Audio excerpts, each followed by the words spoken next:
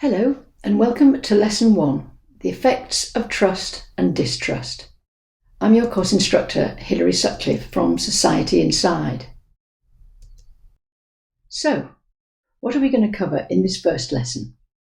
That trust may range across a spectrum of feelings and behaviours, and what action others might take if your organisational process is trusted or if it's distrusted. And we'll also look at what might trigger trust or distrust. And as part of this lesson, what you'll do is explore what might happen when you're trusted, explore what might happen when you're distrusted, and consider a range of other trust states. You'll also consider the triggers of trust and distrust and where each of these might lead. So, let's think about when you are trusted. This makes people more likely to want to comply with what you want, to be more open to your ideas, your innovations. They're also more likely to help you when you need it and collaborate with you. So many areas of work now need collaboration. When someone trusts you, they're more likely to really want to work with you and be more engaged when they are. They're also just going to leave you alone to get on with things, without barriers or without constantly trying to have you prove yourself every time you have to do anything. But if things go wrong, and if people trust you, they're much more likely to give you the benefit of the doubt, innocent until proven guilty, not jump immediately to negative conclusions. And also they're more likely to recommend you to others, to broadcast their support for you, your products, your company. But what's also interesting is that if you have someone's trust, they're more likely to be trustworthy in return. Now let's have a look at what distrust does. If someone distrusts you, they're much more likely to be uncooperative and not do what you want. They might even hesitate before acting and slow everything up.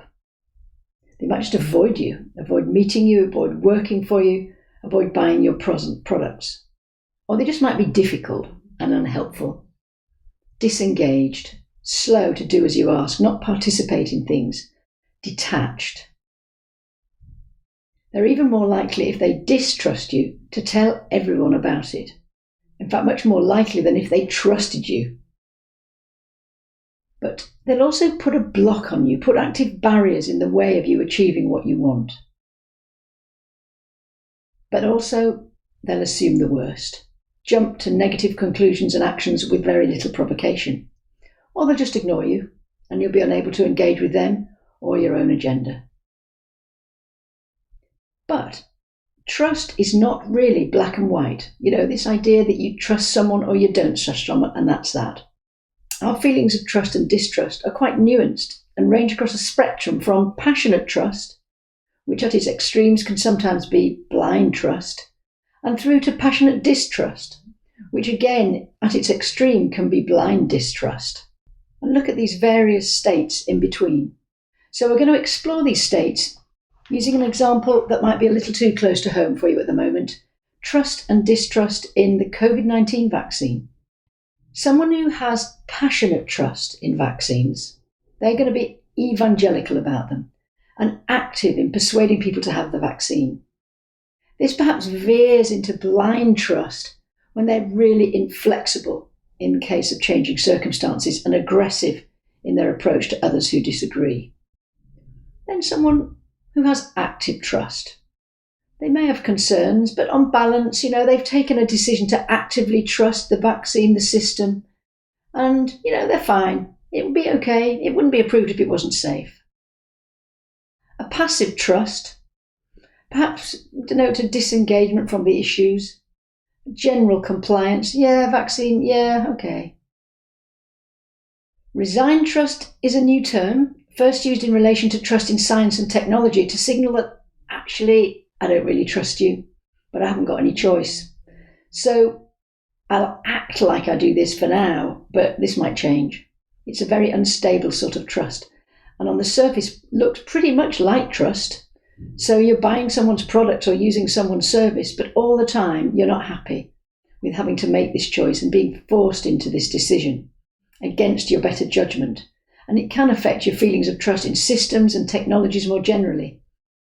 Looking at our vaccine analogy, it might mean having the vaccine, perhaps a first dose, and then waiting and seeing for the second, expressing scepticism or giving more weight to bad news than good news. So moving into distrust, there's a passive sort of distrust. I'm not really sure. Not quite trusting the system in general, an organisation, and perhaps delay acting. Here it might just mean not going for the vaccine just yet. They'll just wait, see what happens.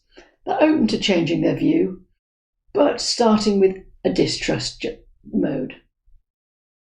An active distruster is pretty adamant and fixed in their view.